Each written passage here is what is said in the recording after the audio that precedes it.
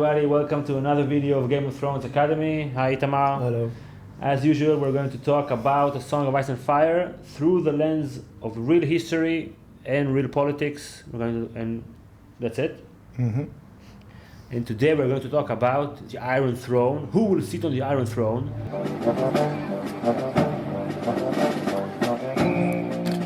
So I think this is a great episode. We've been yearning to shoot this video for a long time, for 2 months now. You've had this theory, right? But we didn't get to it. So maybe the date will read the month of May, but we discussed it back in February or January, right? 2007.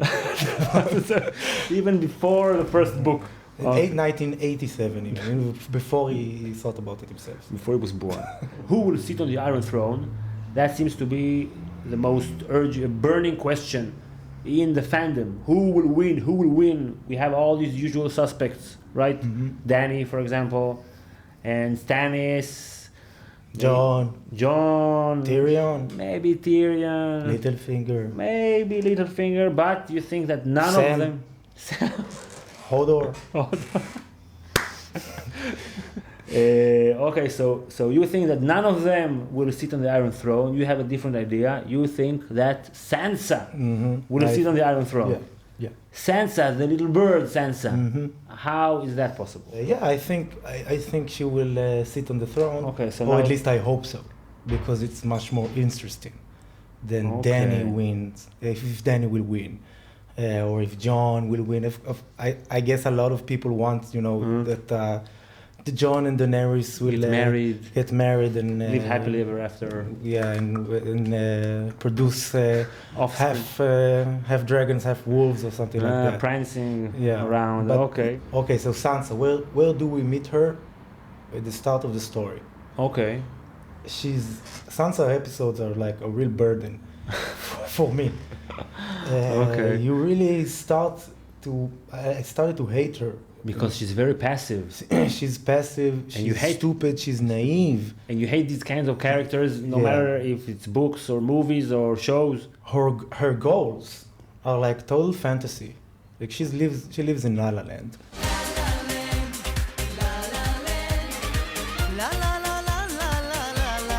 Right. Where knights are benevolent and kings are just. Right. She And wants. Joffrey is a She great wants. man. Yeah, she wants to marry Joffrey and have his little babies. Yeah, this is her main ambition. Right. But from the first book, the fantasy starts to break. And What happens first? her direwolf dies. Her direwolf. Yeah, Okay. some That's kind the of- only direwolf that dies. Without the person dying as well. Rob's direwolf died Right. with Rob.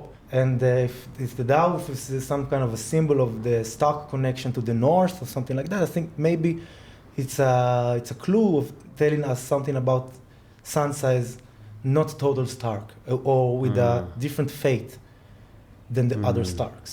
They are tied to the north. She's not tied to the north anymore. Maybe. They are tied to some kind of supernatural thing, and she's not. Right. So she starts in the place of total fantasy, but she's the first that loses the fantasy part in her character. That's great. Yeah. Right. Now, when we read about her in the stories and in the series, In the which show, is a right. different interpretation, but she's starting to learn the game. Right. And she's starting to make decisions and starting to analyze things, not So- according to fantasy, but on real consequences and ambitions, So this trajectory has to go on. Yeah. If you can't go back, it doesn't make any sense. It has to play itself out. Her learning how to play the game and then do something about it. Yeah, and why engage us, the readers, in so much suffering Right, she's- about her problems if there is from no one tragedy to solution to another. that, like a proper solution, a satisfying solution, Okay, like a catharsis. Yeah, like a catharsis. And so she will win. She will win. She will will sit win. on the Iron Throne. Yeah, and more than that. Wait, Okay. not yet.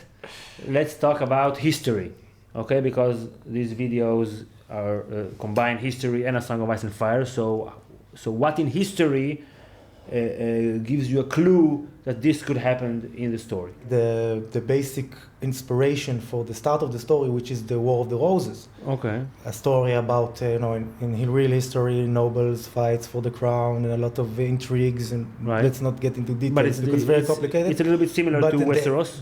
Very similar. He based the story on it. This is what he says, George R. R. Martin. But the conclusion. He with the capital H. Yeah, the conclusion.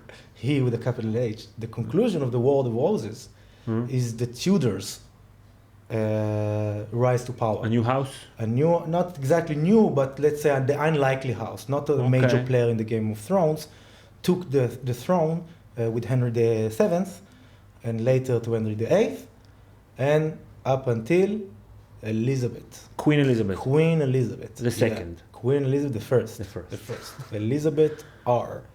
R? Yeah. What does that mean, R? Never mind. Elizabeth.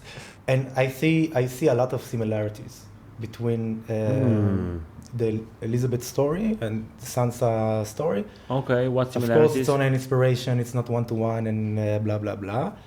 But I see like Elizabeth also was unlikely candidate. Like if you met Elizabeth when she was 17, no one would consider her as a candidate to rule. Not even by marriage, Why was she unlikely? She was the daughter of a traitor. Oh, the daughter of a traitor. Yeah, her mother was Anne Boleyn or Anne Boulon, it depends how you say it. She was executed. Her mother? Yeah, executed by the king, by her husband, Henry VIII. Allegedly, she committed adultery or something like that. Okay. Yeah, and basically, historian says it was a solution to the king's problem because he didn't produce male heirs. He only produced Sansa, Elizabeth. So Elizabeth grew up in the court as a traitor's daughter. Much like Sansa. Much like Sansa, and she was she got help from one of the nobles. One of the nobles, whatever, took responsibility over her, and Littlefinger. Like Littlefinger, and even had some sort of a sexual connection, and his wives found out. Yeah. Okay. Very similar. So a traitor daughter, unlikely candidate, red hair. Red hair. Red hair. So you think Sansa will rule? And I think, like Elizabeth. When we meet Sansa at the start of the story, her main ambition at the start of the story is to be like the wife of a king. Wife of a king. A queen, but as the wife, I want to little babies for Joffrey and stuff like that. Yeah. She will end up, I hope, as a single ruler, not married. Okay. Because when Henry VIII, the father of Elizabeth, he changed the laws, which made it possible for a female to inherit the throne, but he made a caveat in this law, which says that if the queen will marry, the authority will... we can also see that in the books, in the Feast for Crows, when we hear about Dorne, they want the Dornish law.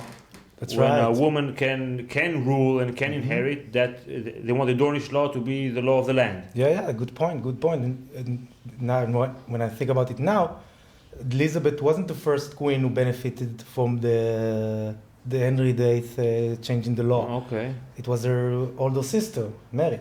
Okay. So maybe Myrcella will be the first one who benefits from because the Dornish they want to change the law in order to crown Marcella. Mm-hmm. So you think the same will happen?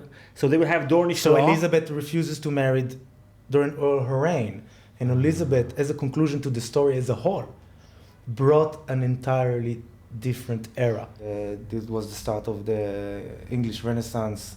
With Shakespeare and Bacon, the start of the scientific revolution, the period when England became a superpower. Under Elizabeth. Was during Elizabeth with the Spanish Armada. With the Spanish Armada, when they defeated the Spanish Armada. So something about Elizabeth, her impact as a queen in the history of England, that she was this harbinger of English nationality. We did read a few theories that say that other female characters in the books could be Elizabeth. Yeah, Elizabeth was also a warrior queen. Was So also maybe that's Dany? a military leader. Yeah, Maybe but that's it's Dany? But I don't know. Because- Dany wasn't an unlikely candidate. Yeah. She's the most likely candidate. She has dragons. She's a little bit unlikely because she starts the story where she has no. Yeah, but no. as a reader, it's like you expect her to Right. achieve the Yeah. to reach the throne, or at least Or to try. or at get least try. close. Yeah. But Right, Sansa, right. you know, she's very passive. What about Marjorie? Marjorie? She could- She's no. not a main. Why? If Marjorie will sit on the throne as a queen, it will be very boring. You know. And Cersei, it couldn't be Cersei. And one of the consequences of the War of the Roses is the damage and the destruction to the nobles, to the major noble houses. So the Tyrells may be one of the victims of this. Yeah, they will have to be. And they're betting on the wrong team. They're betting on the Lannisters. Right. No one needs them but the Lannisters, and the Lannister. And something that George R. R. Martin does is when he sets up a plan for something to happen, you can be sure that it's not going to happen. Yeah. For example, when Tyrion and Viper, they talk about what they'll do after Oberyn defeats the Mountain and he lays out his plan. And it makes no sense that after he tells you all about this plan and then it will happen, he will describe the plan unfolding for a few chapters, makes no sense, and then he dies. So Dany, it doesn't make a lot of literature sense for her to win. What kind of change Daenerys brings to Westeros? It's not interesting. Yeah, it's not even interesting. George R. R. Martin. We already saw Daenerys rules. It's not for her. It's not for her. She's up for destruction. But Okay. I haven't seen this in many interpretations. Okay. But remember, Cersei had a dream. She had a dream. She has a dream. She has a dream. Yeah. There is this prophecy which says a younger queen, more beautiful than you, will take everything from you. Oh my God! I put my money on Sansa. Say what? This is Sansa. Not Daenerys, not Marjorie. I think Sansa. you're right. Sansa will be a queen, a virgin queen, a ruling queen, and a ruling queen with no husband. With no husband. So the thing that she wanted the most, yeah, I think you convinced me. Mm-hmm. I'm sure a lot of people are going to disagree with what you said. Okay, maybe you're rightly so. Maybe they're right. Maybe you are right. So if you disagree, you can explain in length to Itamar. I will be very disappointed if Sansa wouldn't win, because then I will feel I wasted my time. Yeah, you cheated. Reading all this depressing stuff about her. She, you know, her mistakes led to her father being killed, and she, you know, was in love with Joffrey because he was a knight and a king and whatever, you know. Okay, so you can tell Itamar just exactly how much he's wrong in the comments. Mm-hmm. And click subscribe to get our next video. I think that's it, is it? So, yalla, bye.